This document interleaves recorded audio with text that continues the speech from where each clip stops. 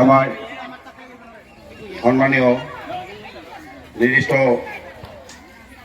বক্তা ডাঙৰীয়াদেৱ আৰু উপস্থিত আছে ইয়াত মোৰ শ্ৰদ্ধাৰ সন্মানীয় মামৰ সিং ৰাভা ডাঙৰীয়াদেৱ, মহেন্দ্ৰ ৰাভা ডাঙৰীয়াদেৱ আৰু সন্মুখত উপস্থিত থকা সন্তানবাসী শ্ৰদ্ধাৰ আইমাতৃসকল, ভাইটি ভণ্টিসকল, পোনপ্ৰথমে মই সকলোকে বাইকু মহোৎসৱৰ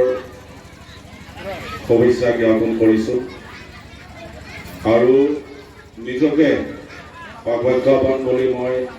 অনুভৱ কৰিছোঁ যে এনেকুৱা এটি মহান অনুষ্ঠানত আপোনালোকে মাতি আনি মোক যি মৰম স্নেহ আদৰ কৰিলে তাৰ কাৰণে আপোনালোকৰ ওচৰত মই সদায় চিৰকৃতজ্ঞ। এটি ভাল লগা অনুষ্ঠান, ইয়াত ধৰ্মীয় অনুষ্ঠানৰ লগতে এই অঞ্চলৰ অৰ্থনৈতিক আদি বিভিন্ন বিষয়ত